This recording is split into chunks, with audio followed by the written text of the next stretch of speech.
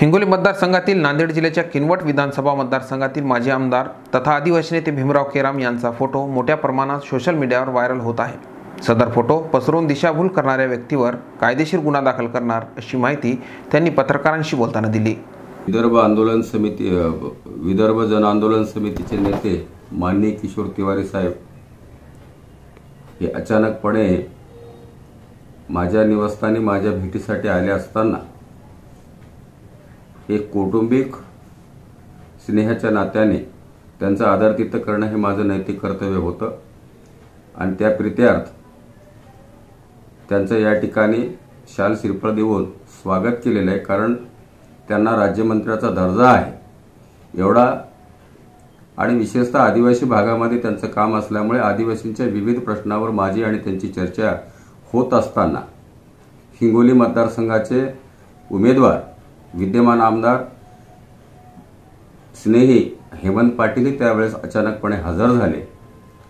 त्या प्रसंगी माननीय किशोर तिवारी यांनी त्याच हारपैकी हेमंत पाटील यांचं स्वागत केलेलं आहे। परंतु जाणीवपूर्वक निवडणूक सुरू असताना कोणीतरी खोडसाळपणाने लोकांमध्ये गैरसमज पसरवण्यासाठी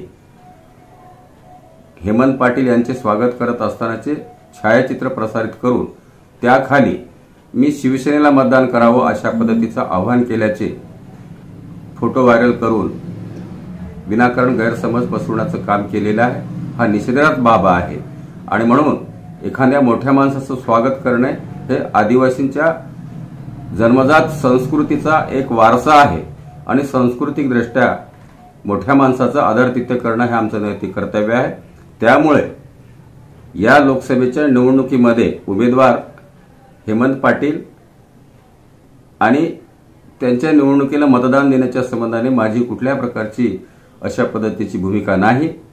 माझी भूमिका अगोदर स्पष्ट झालेली असल्या कारणाने जो काही या फोटोच्या व्हायरलच्या माध्यमातून गैरसमज पसरविण्यात आलेला आहे त्याच्या विरोधामध्ये ज्यांनी कोणी हे फोटो व्हायरल केलेला असेल ताबडतोब त्याची शोध घेऊन त्याच्या विरोधामध्ये गुन्हा दाखल करण्याच्या संबंधाने पोलिसात तशी मी तक्रार करणारच आहे।